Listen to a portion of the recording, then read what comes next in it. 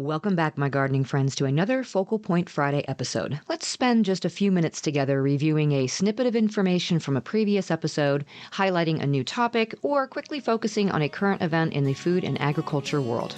Let's get down and dirty. This is the time of year when tomatoes are on a lot of gardeners' minds. And as we're selling our garden starts at the farmer's market, I get asked all the time about if we prune our tomatoes. If so, how do we prune them? How many tomatoes might a gardener expect to get from one of the plants that they're buying from us? And folks tend to get a little frustrated when it's not as straightforward of an answer for them as they think it should be. And that's because the answer is very dependent on the type of tomato that you're growing, the level of nutrition that that plant receives, the type of soil it's being grown in, whether or not it's staked, regardless of being pruned or not, and the prevalence of pests and diseases in your area. All of these things are going to make a difference as to what the yield of your tomato plant is. And keep in mind what we're talking about here is indeterminate tomato plants. You do not want to ever prune your determinate tomato plants because they only set a certain number of fruiting points during the season. They will only produce a certain amount of fruits, and then that's it. So you don't want to be pruning any of those suckers off because you will reduce the yield. So what we're talking about here is pruning indeterminate tomato plants. So generally speaking, the average, let's say, slicing type of tomato can give you anywhere from 5 pounds per plant up to 30 pounds per plant. Again, based on all of those different components. So if we average that at about, 10 to 15 pounds per plant, that's about right. But first things first, optimum nutrition is what makes one of the biggest differences in our yield. You need to make sure that there is an appropriate amount of organic matter in the soil, that the nutrition is there, that the plants are getting the proper amount of nitrogen early on when they're putting on all of that early growth and all that leaf growth. And then make sure there's enough phosphorus and potassium and calcium and magnesium in the soil when they start to bloom and start to produce those fruit. So the better the nutrition, the better the plant can perform. The next thing would be disease and pest prevention, depending on your area. So if you live in an area where tomato hornworms are a problem, for example, or aphids or leaf miners, things like that can be a much bigger contributing factor to a lower yield than pruning would be. Maybe you live in an area with a lot of prevalent diseases. In our area, it is foliar diseases because oftentimes our springs are cool and wet, and that is the perfect breeding ground for those foliar diseases. If they're not kept at bay, they can destroy an entire field worth of tomato plants before they even get a chance to produce. Staking the tomato plants is also a very big component. You're going to get a much higher yield if you stake those tomato plants up or cage them over letting them just vine on the ground. You'll have fewer losses from ground-dwelling pests and animals that have access to the fruit when they're low to the ground like that. You have less chance of them getting bruised or damaged from ground contact and moisture. So whether you prune or not, getting those plants up off the ground could make the difference between getting 5 pounds out of that plant versus getting 15 pounds out of that plant. Now, if you want to prune, how you do it and how heavily you prune is going to depend on what your goal is. In general, like we said, we have sort of a set amount during our growing season that plant can optimally provide. If everything else is dialed in, the nutrition, the disease and the pest prevention and everything being staked up, then we can look at, all right, if that plant can potentially produce, say, 15 pounds of fruit, then pruning is just going to change how that fruit produces. So if our plant has the potential, based on those other factors, to produce 15 pounds, then if you prune, then you're likely to get fewer fruits, but they're going to be heavier. So you might get 15 1-pound fruits, versus if you don't prune, you'll end up with more fruit, but they will be lighter. So you might get 30 half-pound fruit.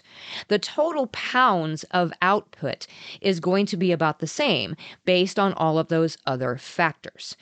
So it comes down to what your goals are. Because remember, when you're pruning off the suckers from your tomato plant, you are cutting off those fruiting stems.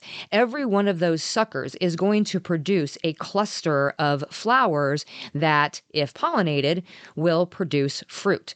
So if you're cutting those out, that means the energy from that plant is going to go into producing larger fruit on the already existing branches. If you don't cut those out, then it's going to split that energy up amongst all of the fruit that are developing on the plant.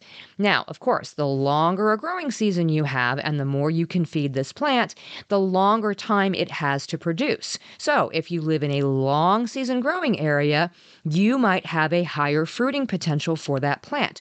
You might be closer to that 30 pounds per plant that we talked about. Whereas if you are in a very short season area, you may have closer to the 5 to 10 pound range. But the total pounds of output is going to be the same based on the nutrition, the disease and pest prevention, the staking, all of those things. How you prune is going to be based on what you want from the plant. So if you're growing beefsteak varieties and you want really big slicing tomatoes, then yes, go ahead and prune some of those suckers so that all of that energy is being focused on those fewer fruits. But if that's just too much tomato for you at one time and you want to be able to eat one smaller tomato instead of having to wrap one up that's only half eaten and throw it in the fridge, then you might be inclined to go ahead and just leave those suckers on there and have more fruits that are just a little bit lighter. So where does this confusion often come in, or this feeling like we have to prune our tomatoes?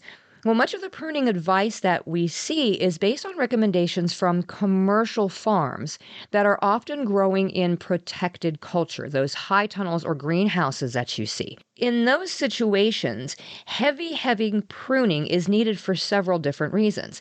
First of all, you need better airflow to reduce disease, because obviously when you are growing in an indoor sort of situation, you have a higher prevalence of diseases based on a lack of airflow. It also gives those fruits more sunlight, because if you remove the foliage, you're getting more sun to them. And oftentimes under these plastic grow houses, the plastic has a film on it that sort of filters the light a little bit, so it's not cooking the plants. But it also means that they're reducing the foliage in order for those fruits to get more sun. It's also a better use of space to prune those plants down to just one or two what we call central leaders. It's basically one main vine on the plant or two main vine on the plant. And so it gives them a better management of the plants based on their labor hours. All of this culminates in a much higher yield. But these are very highly managed facilities. So somebody is in there every single day, cutting out those suckers, tying up those leaders, making sure that they're climbing the way that they're supposed to and lowering them. There's all kinds of different procedures that go along with this. This is not always something that is replicated in open field culture, even with the large farms. Now, there are some that do, and they put large stakes up and they do, what we call the Florida weave, where they're weaving the twine or the trellis in and out of the plants as they grow and keeping them very upright and very straight. And those are also often pruned on the bottom. So they may be pruned to 1 or 2 liters, not always. Often the lower leaves are pruned for airflow, but they're not always done this way. Oftentimes, this is not practiced at all, especially with tomatoes that are intended for like sauces or canning. Those are often allowed to vine along the ground or grow in sort of a large bush culture. Others of them in open field culture are staked, but they are not heavily pruned. Everybody has a different way of managing these things. So somehow along the way, this idea of, well, you have to prune your tomatoes or you're not going to get a good yield, permeated into just regular backyard garden culture. Look, we grow 700 some odd plants every single year, okay? We don't prune like this. So pruning is going to depend on your climate and what your concerns are and what your goals are. So if you're concerned about airflow because you live in an area like mine where foliar diseases run rampant in the spring, you likely want to prune the bottom of your plant pretty heavily to keep soil from splashing up. And as the plant grows, prune out enough of those suckers to keep the air flowing around the centers of the plants. But if you live somewhere with a very dry, very hot growing season, and your tomatoes are often sun scalded, you likely don't want to prune very much at all because your fruits need the protection from the foliage. And if you're too busy during the gardening season to do much more than stake up the plants, feed them, water them, and then harvest what comes in, then that's what you do. There is no shame in not pruning your tomato plants. We don't prune much at all. Keeping the foliage up off the ground is important, and if we have a hard year with foliar disease or the weather has been very stagnant with not a lot of airflow, we will prune out some of the foliage in the center to keep that air flowing. Staking and trellising for us is much more of an important task for our production than the pruning itself. And we honestly just don't have the manpower to be pruning tomatoes down to 1 or 2 liters and going out there every week to prune the suckers off of 600 to 750 tomato plants because there are other crops that are growing at the same time, and many of them need more detailed attention to produce properly, and there's only 2 of us. So in the end, read all the different ways it can be done, watch the videos, listen to the podcasts, read the blog posts and the tutorials, and then decide what is feasible for your climate and your garden and what is manageable for you. I promise your tomato plant wants to produce as many fruits as possible. Focus on the nutrition, the pest and disease prevention, and the staking, and the plant will take care of the rest. Thanks for joining me on this Focal Point Friday. I'll be back again on Tuesday for another regular episode of the Just Grow Something podcast. So until next time, my gardening friends, keep on cultivating that dream garden, and we'll talk again soon.